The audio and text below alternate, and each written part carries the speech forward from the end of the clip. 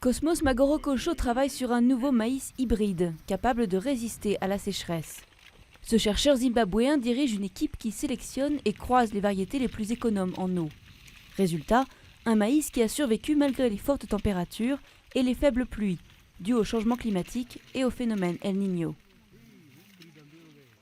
En pratique, ça veut dire que nous transférons les gènes d'une plante à une autre pour créer une nouvelle sorte de plante qui aura les caractéristiques désirées. Autrefois, quand le Zimbabwe exportait du maïs, il était considéré comme le grenier à céréales de l'Afrique. Aujourd'hui, il doit en importer 2 millions de tonnes par an. Cette année, le gouvernement a déclaré l'état de catastrophe naturelle, alors que 2,5 millions de personnes dépendent déjà de l'aide alimentaire. Mais les agriculteurs qui testent la semence hybride ont eu des récoltes. Comparé à d'autres graines, celles-ci ont survécu à la chaleur et au manque d'eau qui nous affecte. La récolte a été meilleure, je devrais avoir assez pour tenir jusqu'en février.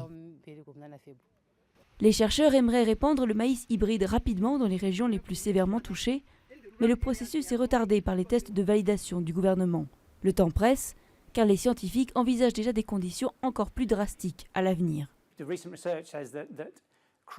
Les recherches récentes montrent que les cultures n'arrivent pas à suivre le rythme du réchauffement climatique, simplement parce que des plantes mûrissent plus vite sous des températures élevées.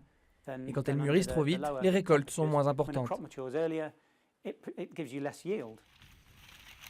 La sécheresse est l'un des enjeux clés de la conférence internationale COP22 en cours au Maroc.